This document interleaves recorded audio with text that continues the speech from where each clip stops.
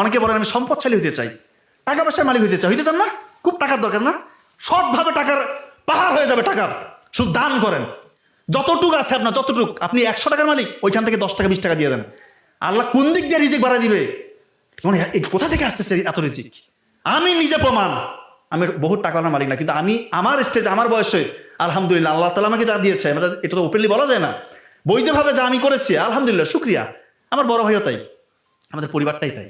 আপনারা দান করেন, গোপনে দান করেন, আর ফজরের আগে উঠে চোখের পানি ফেলেন। এই কথা আমি সব জায়গায় বলি, চোখের পানি ফেলেন। আপনি কি বিপদে আছেন? পৃথিবীতে এমন কোনো বিপদ নেই যেটা আপনার কাটবেন ইনশাল্লাহ। কি বিপদ আপনার? কিসের বিপদ? কি আপনি ছাত্র, চাকরি হচ্ছে না? বড় বড় চাকরি, আমরা তো সর্বোচ্চ চাকরি করি নাকি? বিসিএস ক্যাডার তো নাকি? বাংলাদেশে তো এটাই আপনারা মনে করেন যে এটা আইডল। আমরা এগুলো কিছু মনে করি না, এটা দুনিয়াবি সাফল্য আমাদের কাছে কিছু না। কিন্তু বলতেছি, ডাক্তারিতে চান্স পাইছি, বিসিএস ক্যাডার হয়েছি, আমি হচ্ছে মেধাহীন, অত বেশি মেধা আমার নাই।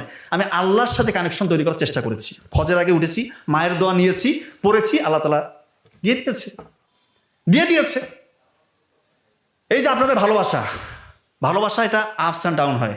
মানুষের সম্মান কিভাবে বাড়ে কিভাবে কমে সেটা নিয়ে আমি, অশ্লীলতার সাথে এটার কোরিলেশন হবে, এটা নিয়ে আমি আলোচনা করবো।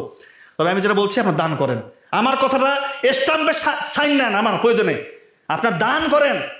আপনার যদি রিজিক বৃদ্ধি না পায়, আমি চ্যালেঞ্জ করে বলতেছি, এটা অবশ্যই আপনার রিজিক বৃদ্ধি পাবে। টাকা কোন দিক থেকে আসবে আপনি দিশা পাবেন না। বৈধ টাকা, অবৈধ টাকা না, বৈধ টাকা বলতেছি। আপনি হিসাবে মিলতে পারবেন না। আল্লাহর মেকানিজম আলাদা রকমের, আপনার মেকানিজম, আপনি তো আপনার ব্রেন যতটুকু আছে এতটুকু থেকে চিন্তা করেন। আল্লাহ কোন দিক থেকে দিবে আপনি কোনো হিসাবে মিলাইতে পারবেন না। এই জিনিসটা মেনটেন করবেন।